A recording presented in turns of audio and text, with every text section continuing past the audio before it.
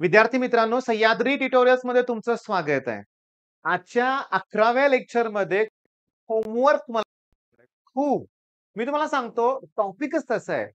2 मार्काचा topic आहे. Fix 2 mark तुम्हाला मिळणार आहेत. गॅरंटीने मिळणार आहेत, पण अभ्यास खूप करावा लागणार आहे. जेव्हा पुस्तक उघडाल, हा टॉपिक बघाल, तेव्हा तुम्हाला पहिलं टेन्शन येणार आहे, की "अरे बापरे! या रिएक्शन्स मी कशा कंप्लीट करू?" किती अवघड रिएक्शन आहेत. बिलकुल अवघड रिएक्शन नाहीयेत. सगळं सोपं आहे लक्षात घ्या. मग रिएक्शन्स आज कव्हर करायचे आहेत का? नाही. आज मी तुम्हाला या वाय-वाय सीरीजमध्ये टार्गेट देणार आहे. मला सांगा, मला तुम्ही हा जो ग्रुप आहे बघा, कार्बन, कार्बन डबल बॉन्ड ठीक आहे आणि ह्या CH2 आणि इकडं CH आणि फंक्शनल ग्रुप. असं जर ग्रुप असेल, तर त्याला मी काय म्हणणार आहे? विनाइल ग्रुप म्हणणार आहे. कुठला म्हणणार आहे सांगा? विनाइल ग्रुप आहे तो. कोणता ग्रुप आहे? विनाइल. पण आता मी काय करतोय बघा, नीट लक्ष द्या. CH2 डबल बॉन्ड CH आणि मी हा विनाइल क्लोराइड घेतलाय. काय घेतलाय? Vinyl chloride. बरं, हा सिंगल युनिट आहे. याला मोनोमर म्हणायचं. काय म्हणायचंय? मोनोमर. पण ज्याचे मी N नंबर ऑफ युनिट्स घेतले आणि त्याचं पण आपण पॉलिमरायझेशन केलं, तर नक्की काय होतं सांगतो. रिएक्शनची भीती वाटते ना? तर ऐका, की पॉलिमर या टॉपिकमध्ये सगळ्या रिएक्शनमध्ये डबल बॉन्ड कुठे येतो बघा. त्या डबल बॉन्डचा सिंगल बॉन्ड करा. इकडे हे तुमचं एकच मिनिट. मी याला एवढं इरेज करतो हां. हां, डबल बॉन्डचं सिंगल बॉन्ड करा. CH2 पण तो बॉन्ड इकडे एक्सटेंड करा. स्क्वेअर ब्रॅकेट द्या. वरती तुमचं कोण आहे सांगा? क्लोरीन तसंच राहू दे लक्षात घ्या आणि हा बॉन्ड इकडे एक्सटेंड करा. N मल्टिप्लाय करा. झालं की पॉलिव्हिनाइल क्लोराइड. आता हे नाव तुम्ही ऐकलंच असेल. P pipe. मग तुम्हाला सांगतो पाईप तयार करण्यासाठी कोणतं पॉलिमर वापरतात असं सीईटीत विचारलंय तर पी वापरतात. मग साठी मोनोमर कुठलं वापरतात तर विनाइल क्लोराइड. मग तसं विनाइल क्लोराइडच्या ऐवजी जर मी विनाइल सायनाइड घेतलं तर आता विनाइल सायनाइड म्हणलं की त्याला ॲक्रिलोनाइट्राइल म्हणतात. ॲक्रिलोनाइट्राइल पासून पॉलीॲक्रिलोनाइट्राइल तयार होतं की ज्याला पॅन सुद्धा म्हणतात, ॲक्रिलन म्हणतात.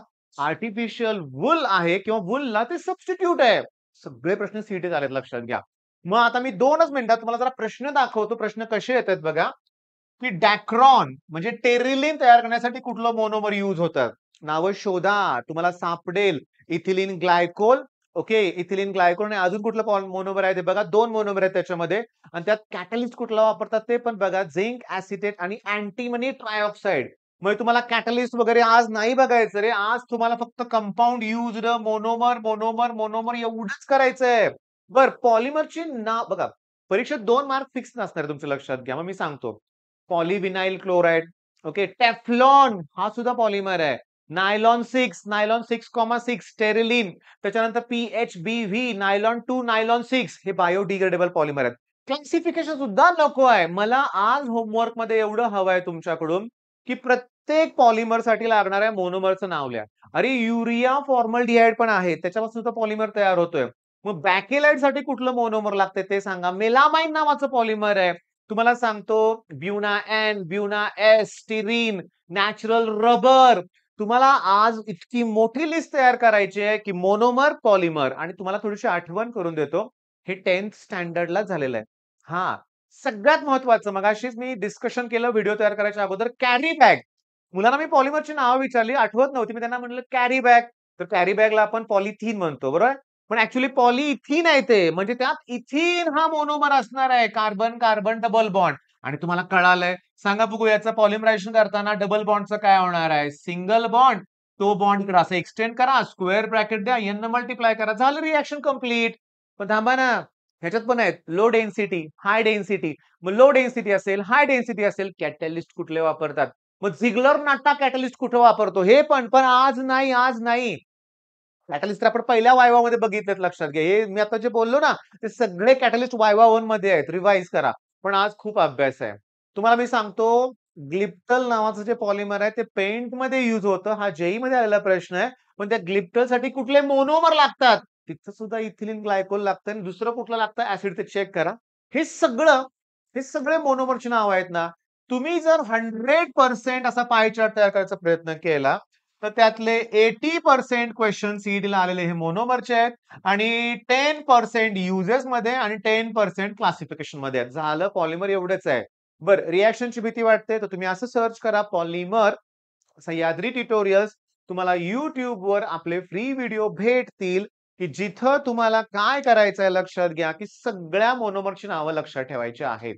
सगळे मोनोमर म्हणजे तुम्हाला सांगतो त्याच्या रिएक्शन्स YouTubeवरच्या व्हिडिओमध्ये मी रिएक्शन्स एक्सप्लेन केलेत बरं का, लक्षात घ्या. मग कराल कंप्लीट हे सगळं. मी तुम्हाला असं वाटेल, की सर वायवामध्ये तुम्ही आज काही घेतलंच नाही. नाही, मी होमवर्क दिला. मी स्टार्टलाच बोललोय ना, मोठा होमवर्क आहे. जर मोनोमरची नावं लक्षात ठेवली, त्याचं स्ट्रक्चर तुम्हाला काढता आलं, रिएक्शन जमली. मग टॉपिकच संपला ना रे बाळांनो. आता क्लासिफिकेशन एवढं सोपं असतं. नॅचरल कुठले आहेत आणि मॅन मेड कुठले आहेत? नॅचरलमध्ये कुठले पॉलिमर आहेत सांगा? ज्यूट आहे, लिनेन आहे, कॉटन आहे, वूल हे ॲनिमल आहे बरं का. म्हणजे नॅचरलमध्ये पण 2 आलं. प्लांट आणि ॲनिमल बेस. ॲनिमलमध्ये कोण आहे? वूल आहे.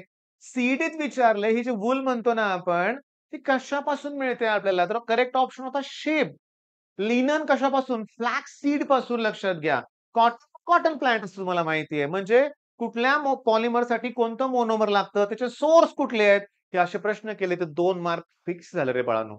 इथं 1-1 मार्क मिळवायचा आहे आपल्याला आणि इथं तर 2 मार्क आहेत या टॉपिकला. पॉलिमर सारखा बेस्ट टॉपिक नाहीये. मग आज 2 तास वेळ देऊया. हे कंप्लीट करूया. All the best.